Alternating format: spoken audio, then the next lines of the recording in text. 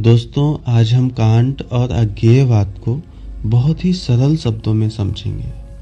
Can't हालांकि सीधे तौर पे खुद को अज्ञेयवादी नहीं मानते थे, लेकिन उनके विचारों ने अज्ञेयवाद के विकास को बहुत प्रभावित किया। कांट के अनुसार हम केवल दुनिया की व्याख्या कर सकते हैं, क्योंकि हम इसे अपनी समझ और इंद्रियों के माध्यम से अनुभव करते हैं।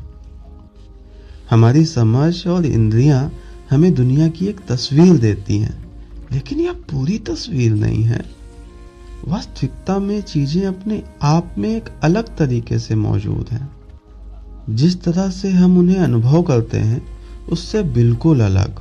कांट के थिंग्स इन देमसेल्व्स को अज्ञेयवाद कहा जाता है।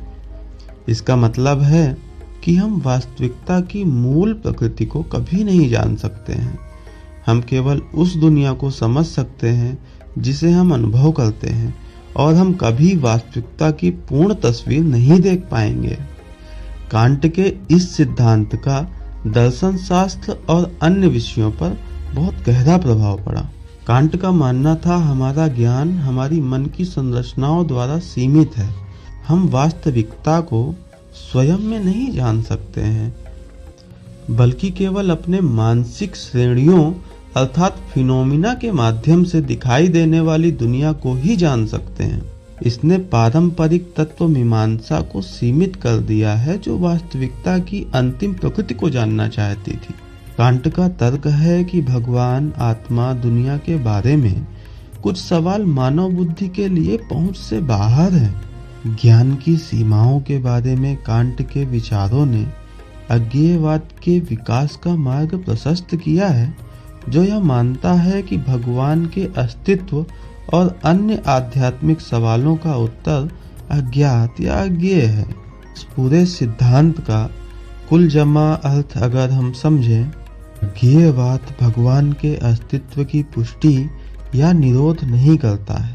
अज्ञेयवादी यह नहीं मानते हैं कि किसी दिव्य प्राणी के अस्तित्व को सिद्ध या खंडित किया जा सकता है। अज्ञेयवाद इस विचार पर आधारित है कि भगवान के अस्तित्व के दावे के लिए अनुभवजन्य सबूत और साक्ष्य की आवश्यकता होती है, जो कि अज्ञेयवादियों के अनुसार मौजूद नहीं है।